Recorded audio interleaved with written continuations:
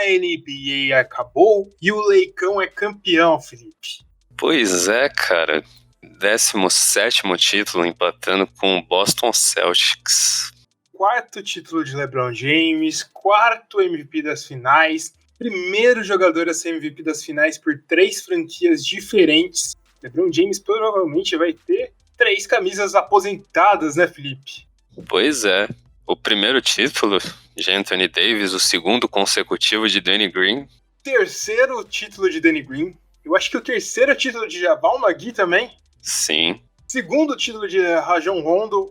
Que jogou um absurdo. Jogou um absurdo nesse jogo de ontem. Segundo jogador a ser campeão por Boston Celtics e Los Angeles Lakers. O outro tinha sido campeão pelo Minneapolis Lakers. Se for analisar apenas o Los Angeles Lakers, ele foi o primeiro jogador. Quanta história boa, né? E essa temporada que durou mais de um ano, Felipe. Pois é, mas também não foi mais de um ano sendo jogado, né, infelizmente. Foi uma temporada longa pra gente também, ficamos, sei lá, uns 2, 3 meses seguidos sem podcast, sem trabalho, sem nada. Sem trabalho não, né, na vida real, eu tava trabalhando, mas na vida pois real, é. Não, estávamos trabalhando, mas... Por um lado foi interessante porque deu oportunidade pra gente jogar na rua o nosso outro projeto, né, o Finta Política. Sim. Ela é incrível para as organizações Buzzer Beater também, né, filho? Pois é, cara. Patrocina nós, Netflix, Spotify. Vamos colocar dinheiro no Buzzer Beater. Bom, Felipe, ontem o jogo foi incrível pro lado do Lakers. Cara, foi um passeio incrível. O Heat não deu conta. Acho que foi um dos melhores jogos do Lakers na temporada, facilmente. Em certo momento, eu diria que virou o primeiro tempo, já não precisava mais ter jogo, porque o jogo tinha acabado ali. Acabou 106-93, mas o Lakers abriu mão de tentar qualquer coisa no início do quarto, já estava definido.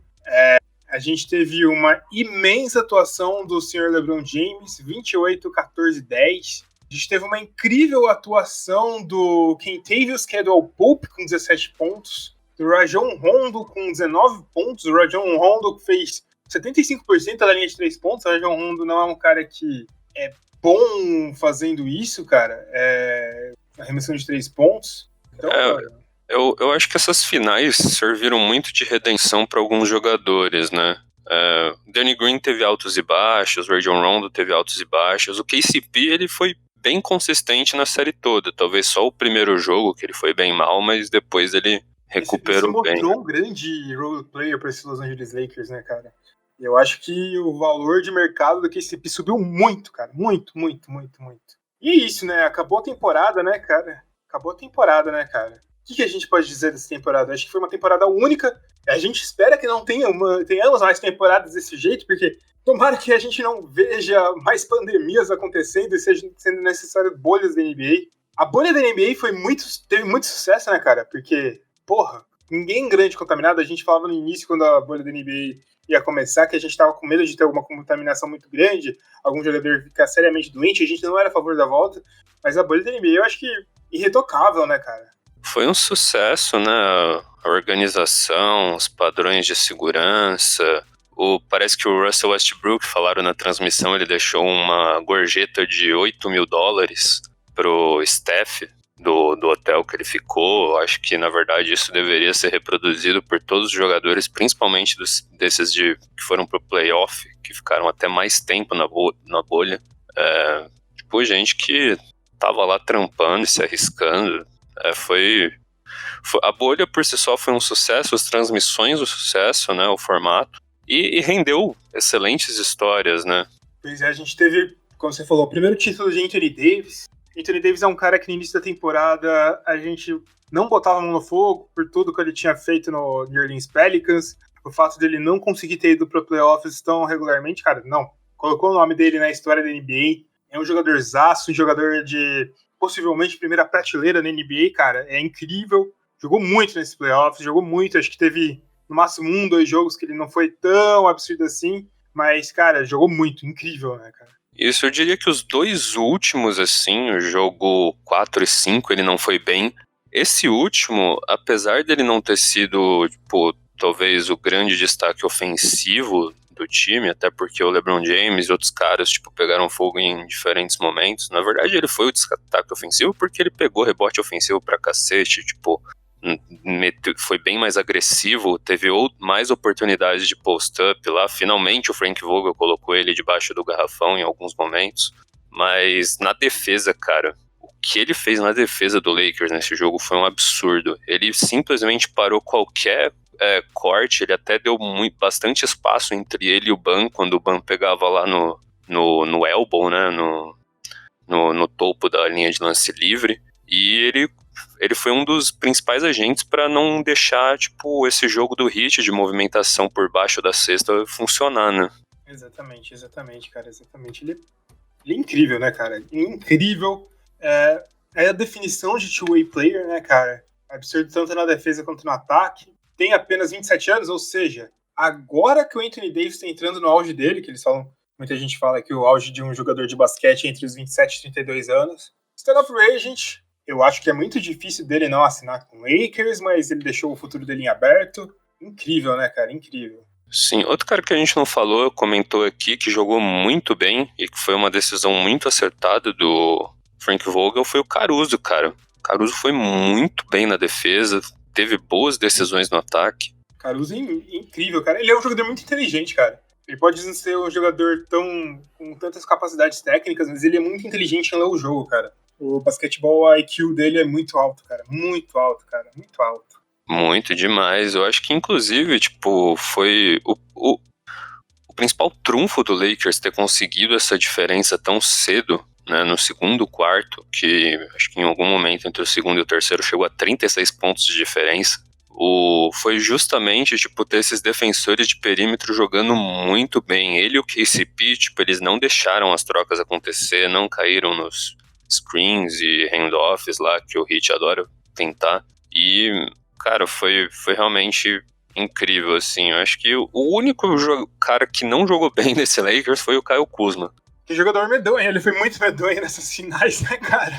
Puta merda. Eu acho que foi bom que ter vencido ainda, porque obviamente garante um título, e talvez garanta mais um ano de Lakers, porque se perde esse título, o LeBron manda o Kyle Kuzma pra casa do chapéu, né, cara? Falando do Caruso também, cara, também é uma história incrível, né? O jogador sem ter se adaptado, passado por muito tempo na D-League, virou meme por conta, principalmente por ser branco careca, branco calvo, cara. E passou por muito tempo na D-League.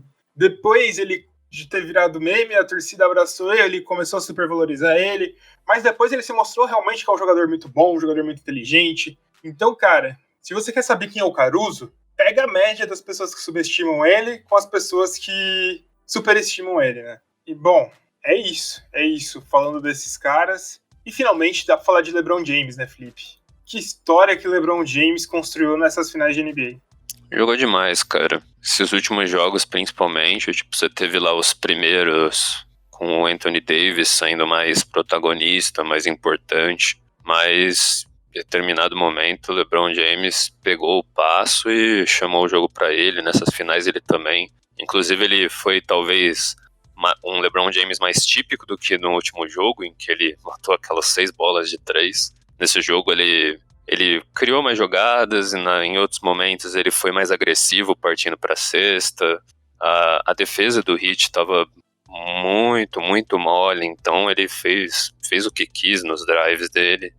E foi o LeBron James que a gente conhece, sei lá, desde quando ele teve o auge de LeBron, de ser esse jogador mais completo, passando, rebotando mais. E só que agora com 36 anos, então, tipo, impressionante, cara. Impressionante. Cara, 17 temporadas, né, mano? 17 temporadas, 10 delas indo pra finais. Eu acho que apenas 2 ou 3 que não foi pra playoffs. Foi a penúltima com o Lakers. É estranho falar, né, que essa temporada já é a última, não é mais a atual. Mas foi a penúltima com o Lakers e as 2 primeiras com o Cleveland. Ou seja, 17 temporadas, 14 delas indo para finais, para playoffs. E dessas 14 delas indo para playoffs, em 10 delas ele vai para finais, cara. Isso, eu acho que esse não é um momento, eu na verdade não acredito que nenhum seja, de ficar comparando e pensando tentando ficar argumentando sobre alguma comparação entre ele e Jordan, sabe? Tipo, LeBron James tem o seu próprio nível de grandeza também. E, pô, a gente tem que estar agradecendo de estar podendo acompanhar isso e celebrar, sabe? Não, e a gente vai entender mais essa grandeza do LeBron James, a gente já entende hoje. Mas daqui uns 10 anos, depois dele se aposentar, pra saber todo o impacto que ele causou, quanto que ele mudou esse jogo, né, cara? Demais, demais. Um jogador completo, né, cara? Tipo, é um nível que você realmente não consegue encontrar comparações em toda a história passada da NBA e dificilmente você consegue pensar no que vai ser aí pro futuro, né? Tem como pensar em outro LeBron James. Não mesmo, cara, não mesmo. Tipo, porque, primeiro, é um cara que foi construído todo desde o high school, que ele saiu direto do high school, foi construído tudo isso, a imagem dele. Um cara que chegou logo na liga e já mostrou do que era capaz. Teve temporadas incríveis. A primeira temporada dele já foi muito boa, a segunda foi incrível, a terceira foi absurda também. E a partir disso ele começou a construir seu legado desde já. E durante todo esse período, cara, todo esse período, ele não só se limitou dentro das quadras, foi um agente atuante fora das quadras, um dos caras que mais representa hoje em dia a forma como que todo mundo espera que um grande astro se posicione, tanto para questões políticas e sociais. Eu acho que essa é uma das grandes mudanças, cara. Nunca antes não, né? Mas um cara como LeBron James, cara, que é basicamente o principal atleta da sua modalidade, da sua liga, se posicionar dessa forma politicamente, cara, com o tamanho de repercussão que ele tem no mundo, esse astro multicultural, é incrível, cara, é absurdo, não tem nem o que dizer disso, né, cara? Ele liderou uma nova geração aí, né, em que justamente o que você falou, esses atletas, essas figuras, né, tão folclóricas, multimilionárias, que alimentam o imaginário, tipo, das pessoas no sentido colados com a realidade, com os problemas sociais e com, inclusive, coisas que eles sofreram nos seus próprios ambientes, crescendo e se desenvolvendo como seres humanos, né? Então, tipo, e o fato do LeBron James ter sido um líder nessa frente é de outro nível, é absolutamente fabuloso e o que traz também uma nova geração de atletas aí também muito mais engajada e muito mais preocupada, né? Então, eu acho que a ideia que passa é que as pessoas podem se posicionar, que não vai ter represália, né? Pô, o LeBron James está se posicionando, cara. Então, se o LeBron James está se posicionando e não está tendo represália, eu posso me posicionar também, pelo que eu acredito, né? Ele dá meio que esse suporte para as pessoas realmente fazerem e lutarem pelo aquilo que eles acreditam, né? Isso é incrível, hein? Isso é incrível, isso é incrível. Frank Vogel também tem uma história incrível nessa temporada. Frank Vogel era um jogador, era um treinador que teve um momento muito bom pelo Indiana Pacers. Teve uma queda grande depois pelo Orlando Magic, né? Ele foi técnico do Orlando Magic em seguida. Volta a ser um dos grandes treinadores da NBA. Muito passa pelo Frank Vogel esse título, né? Precisa ser colocado esse valor, precisa ser dada essa menção e essa parte do título por Frank Vogel, porque assim, no final das contas, apesar de ter uma dupla bastante talentosa e dominante no Davis e no LeBron, desde o início da temporada, não tinha como chamar o resto do elenco de apoio do Lakers de extremamente talentoso. Era trabalhar com o que tinha e realmente, tipo, tentar montar um esquema, um sistema que funcionasse principalmente no fim defensivo, que foi, eu acho que o que mais foi exemplificado no decorrer desses playoffs. O Frank Vogel fez ajustes, principalmente entre jogos, quando perdia, né, as poucas derrotas que teve nesses offs.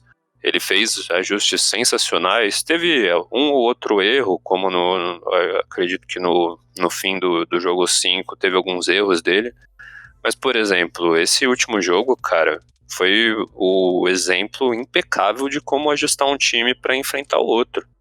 O o Lakers não ganhou no talento individual e exclusivo do Anthony Davis e do LeBron James necessariamente. Tipo, isso óbvio que é importante. Mas nesse último jogo foi o exemplo mais exímio de como se ajustar e encarar o esquema de um outro time. A defesa do Lakers o Lakers ganhou esse jogo 6 na defesa. A diferença foi construída na defesa. Exatamente. Foi Frank Vogel que montou essa defesa, cara. Defesa não... A defesa, tipo, no basquete você ainda, tipo, tem os exemplos de grandes isolations e iso players que carregam times. Agora, a defesa é puro esquema, sabe? Puro preparo, puro ajuste. E o Frank Vogel preparou esses caras para entender, tipo, como lidar com as trocas e com os passes de bola do Miami Heat. Foi incrível, cara. Incrível. Frank Vogel merece todos os louros aí. Exatamente. E se a gente fala hoje de KCP, se a gente fala hoje de Rajon Rondo, se a gente falar do Dwight Howard também, se a gente fala desses caras tendo atuação relevante nos playoffs, isso é o Frank Vogel, cara. Isso é mérito total do Frank Vogel, cara. Com certeza, sem dúvida alguma, cara. Sem dúvida alguma. E foi um pequeno jogo de xadrez, assim, né? Entre ele e o Spoelstra. Um tentando ajustar o outro. E, assim, apesar desse blowout aí, nesse último jogo, também tem que dar os parabéns aí pro Miami Heat, que eu acho que até usaram uma frase legal.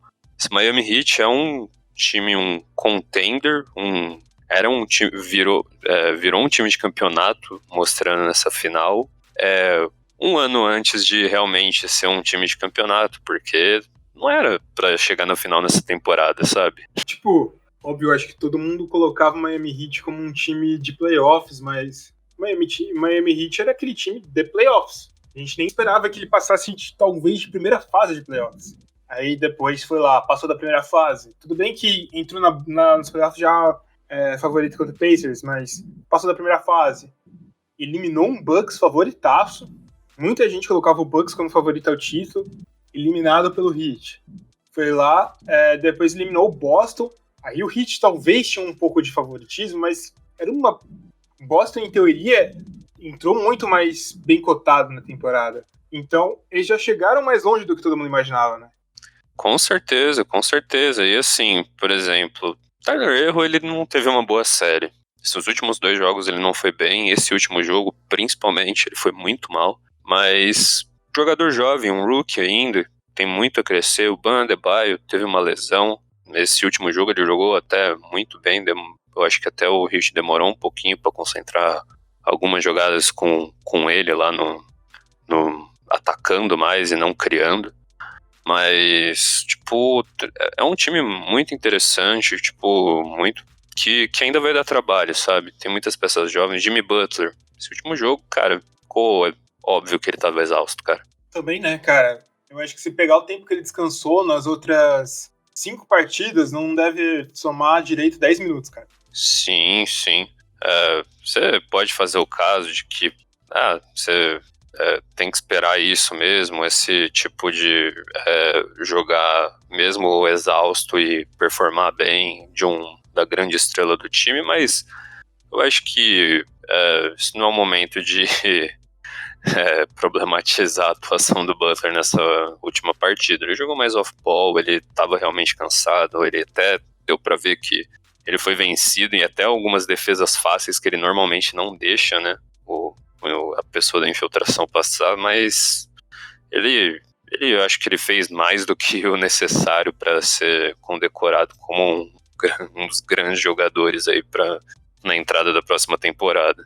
Exatamente, cara. E é aquilo que você falou, né?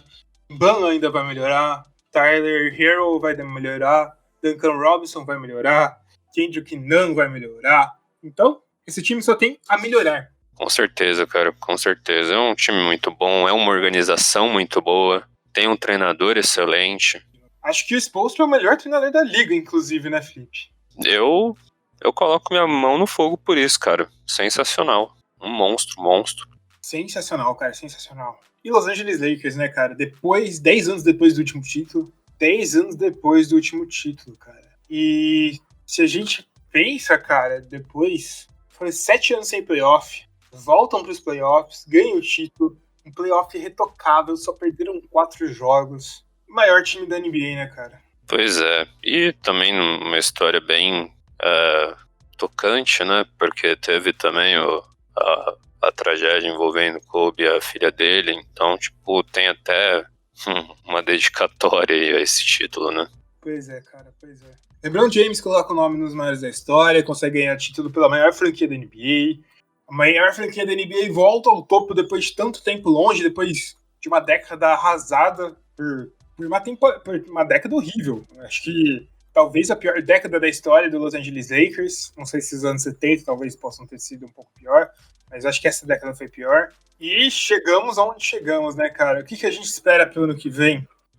É difícil de pensar, né? Porque esse foi um momento muito atípico. A gente viu alguns jogadores aparecendo, se sobressaindo e talvez dando gás para que a próxima temporada seja diferente do que foi a última. Você tem o caso de um Suns, por exemplo, que terminou tão forte que te faz querer esperar pela próxima. Você tem um Memphis Grizzlies com um time jovem muito forte, aí um monte de times jovens que pode começar a dar problema, principalmente naquele oeste.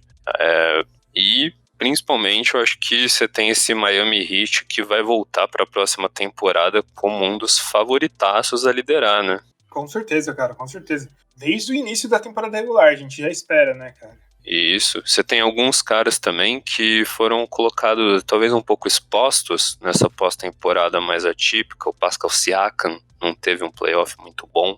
E é um time que pode perder Fred VanVleet ainda, né, cara? Pois é, a gente não sabe as incertezas em relação ao Utah Jazz ainda, o que pode acontecer. Jamal Murray pode entrar na próxima temporada como um outro nível de jogador. Tipo, tem muita coisa para ser construída aí ainda. A gente vai ter draft, a gente vai ter free agency, vai ser muito louco. A gente tem talvez a volta do Warriors. Pois é, a volta do Warriors como uma grande potência e um bom rookie. O Clippers caindo na segunda rodada dos playoffs de novo. Pois é, você tem o que vai acontecer, o que vai rolar na história aí do Giannis Antetokounmpo, né? Que assim, a gente, na verdade, tem um Antetokounmpo com o título na história já agora, né? Pois é, com certeza, com certeza. O Antetokounmpo ganhou de Lillard, né? Pois é, agora a gente, quem tem que perseguir o irmão aí é o Giannis, porque o Costas está no topo. E com certeza, para vocês que estão ouvindo a gente, cara, esperem que a gente vai produzir muito conteúdo nessa off-season da NBA que começa agora. Mês que vem tem draft, depois a gente vai ter uma free agency, não é uma free agency tão recheada quanto ano passado, mas é uma free agency. A gente vai produzir coisas para isso, e nesse período, a gente, possivelmente começando semana que vem, vai começar a produzir uma série de conteúdos para pessoas que são iniciantes na NBA, né, Felipe? Pois é, cara, pois é. A gente teve algumas iniciativas semelhantes lá no comecinho do Buzzer Beater, quando a gente tinha o blog, né? Uhum. E a gente sempre sente a necessidade aí, como a NBA cresce, o interesse se desenvolve aí nas gerações mais novas e até por pessoas mais velhas que estão começando a ver, pô, esse bagulho tá grande já, hein? De ensinar algumas coisas, desde o mais básico, né? E a partir de semana que vem a gente vai ter conteúdos explicando a NBA, explicando basquete, explicando alguns termos, até chegar perto do draft, que aí a gente começa a comentar o draft, e depois vem a free agency, né, cara? Vai ser um período bem louco, que infelizmente a gente não consegue falar tanto das disputas em si, que a gente sempre tem as nossas insights aí, os nossos erros de previsão a cometer, sempre são bem interessantes, mas a gente tem um período aí em que vai ser com bastante conteúdo introdutório e inclusive introdutório desses momentos importantes aí de off-season, né? Ensinar o que é draft, ensinar o que é free agency. Exatamente, aguardem. E é isso, esse foi o fim do Buzzer Beater na temporada 2019-2020. E a gente tá já se preparando para a temporada 2021 e você não perde por esperar. Falou, galera. Tamo junto. Valeu.